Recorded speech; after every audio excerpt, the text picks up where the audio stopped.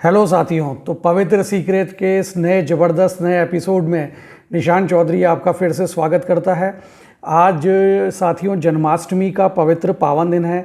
तो सबसे पहले श्री कृष्ण जी के जन्मदिन पर आप सभी भारतवासियों को हार्दिक बधाई। अब शुरू करते हैं कि आज का वीडियो किस टॉपिक पर है। तो आज का वीडियो है पब्लिक प्रोविडेंट फंड पर, और आप इस पब्लिक प्रोविडेंट फंड के माध्यम से धीरे धीरे धन संचय करके मिलियंस में जो है पैसा कमा सकते हैं या आप पैसा इकट्ठा कर सकते हैं।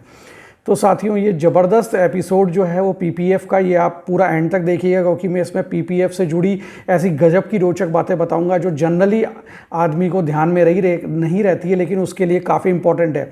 अगर आपने ये मेरा चैनल सब्सक्राइब नहीं किया है तो सब्सक्राइब कर लें, क्योंकि इसमें कैरियर से रिलेटेड और आपके लाइफ से रिलेटेड इतने इंपॉर्टेंट पॉइंट्स होते हैं कि आपको इससे काफ़ी फ़ायदा मिलने वाला है रोज़मर्रा के जीवन में। और अगर आप इस वीडियो को पसंद करें तो इस पर लाइक ज़रूर करें। अब चलते हैं कि पब्लिक प्रोविडेंट फंड क्या होता है। पब्लिक प्रोविडेंट फंड साथियों गवर्नमेंट ऑफ इंडिया का एक जो है फंड इन्होंने बनाया है कि हर एक नागरिक इंडिया का, भारत का, वो उसके अंदर पैसा अर्जित कर सकता है, पैसा जमा कर सकता है। वो उस पर जो है ब्याज दर है वो इस समय 7.1% है। जहां पर कोरोना काल चल रहा है, हर बैंक में आप जानते ही हैं ब्याज दर जो है वो एफडी पे 5.5 से 6.5% है, लेकिन public provident fund PPF account पे अभी भी 7.1% है। इस समय सबसे ज़्यादा rate of interest Sukanya Samriddhi योजना पर है, जो कि बेटियों के लिए बनाया गया है। 10 साल से कम अगर आपकी बेटी है तो आप सुकन्या समृद्धि योजना में अकाउंट खुला के वहाँ 7.6% अभी रेट ऑफ इंटरेस्ट चल रहा है। तो अब बात करते हैं पीपीएफ की। बीच बीच में मैं बुलेट पॉइंट्स देखने के लिए मैं नीचे शीट पे देखता रहूँगा, ताकि मैं कोई भी इंपॉर्टेंट जानकारी देने के लिए आपसे छूट ना जाए, वो आपको मिलती रहे। अब साथियों इसमें जो मिनिमम जो लिमिट है वो पैसे जमा कराने की वो है साल की सिर्फ 500 रुपये, और मैक्सिमम लिमिट कितनी है वो है 1.5 लाख रुपए। यानी कि अगर आप अकाउंट को एक्टिव रखना चाहते हैं सिर्फ आपको 500 रुपये जमा कराने हैं, और मैक्सिमम अप टू 1.5 लाख तक आप जमा करा सकते हैं। क्या 80C में छूट मिलेगी इन पैसों के जमा कराने पर? यस, 80C में छूट मिलेगी इन पैसों के जमा कराने पर। नेक्स्ट आपका है कि सर मैं ये अकाउंट कहाँ खुला सकता हूँ। ये अकाउंट आप किसी भी प्रधान पोस्ट ऑफिस जो आपके ज़िले का है, जैसे सपोज़ आप पंजाब में, सपोज़ करिए लुधियाना में रह रहे हैं तो लुधियाना के किसी प्रधान पोस्ट ऑफिस में चले जाएं। जो भी आपका प्रधान पोस्ट ऑफिस, वहाँ मैं क्यों कह रहा हूँ, क्योंकि प्रधान पोस्ट ऑफिस का जो ई कॉमर्स वाला जो सेक्शन है वो पूरे इंडिया के सभी प्रधान जो पोस्ट ऑफिस है उनसे कनेक्टेड रहता है, वेल कनेक्टेड रहता है। तो इन केस आपका ट्रांसफ़र होता है तो आप किसी भी जहां आप जा रहे हैं उस शहर के प्रधान पोस्ट ऑफिस में जाके आप अपना अकाउंट को जो है ऑनलाइन कैरी कर सकते हैं। वहाँ पे कोई भी किसी भी तरह की प्रॉब्लम नहीं आएगी।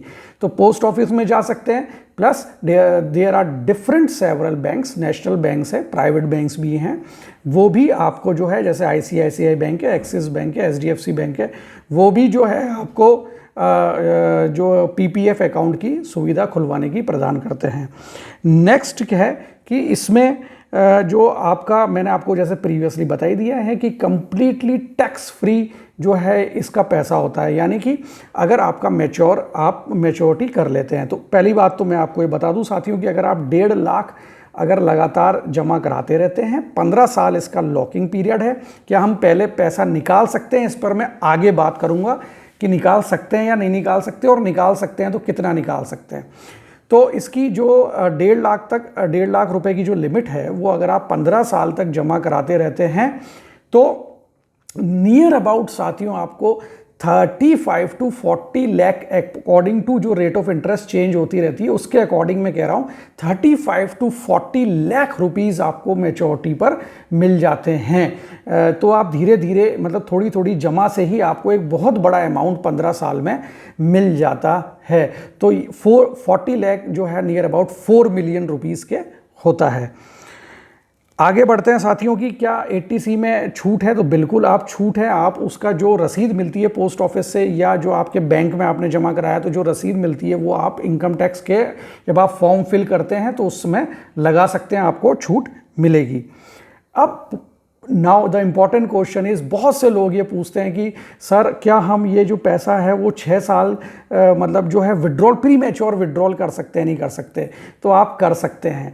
फर्स्ट ईयर से लेके 5 ईयर तक जो है वो आप लोन ले सकते हैं, और जो लोन पे जो इंटरेस्ट इनकर्ड होगा वो उस समय जो रेट ऑफ इंटरेस्ट चल रही है उसका प्लस 2% होगा।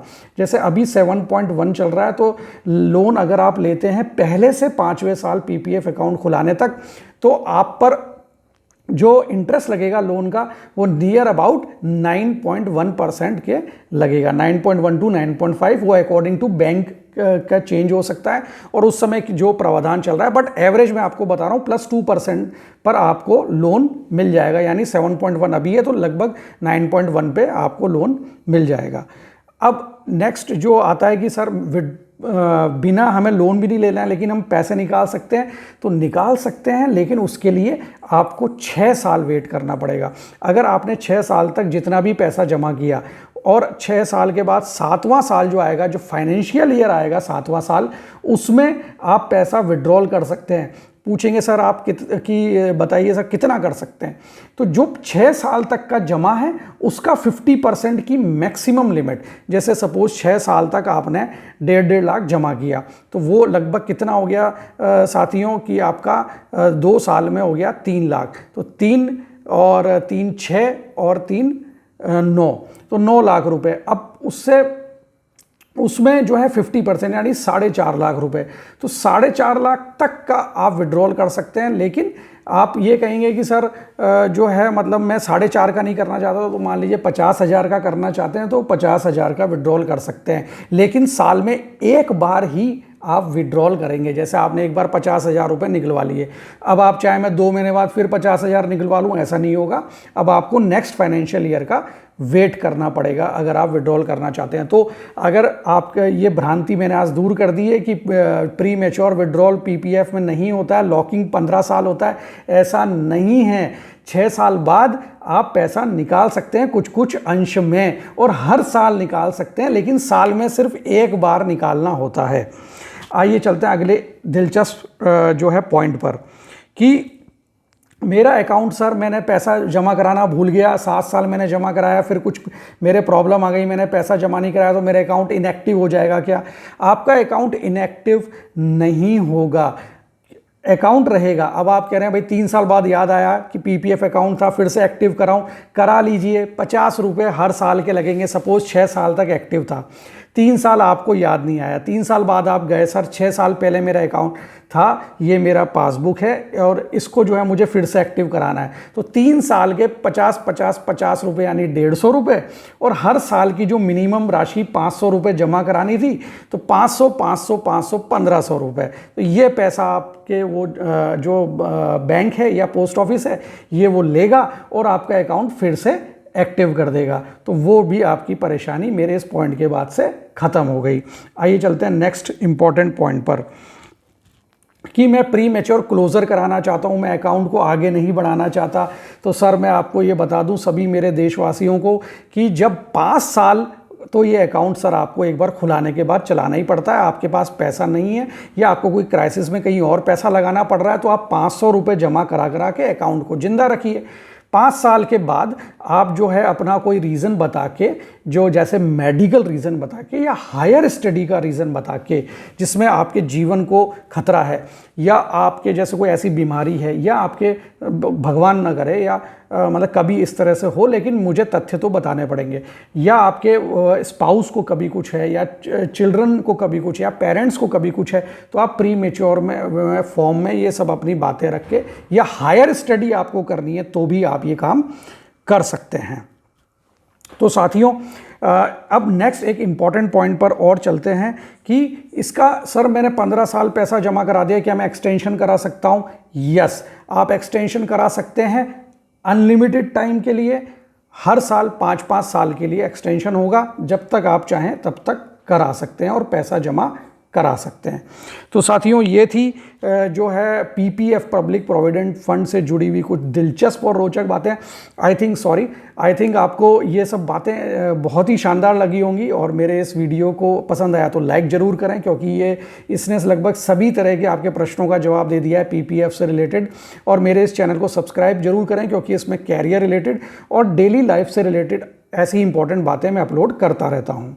जय हिंद, वंदे मातरम।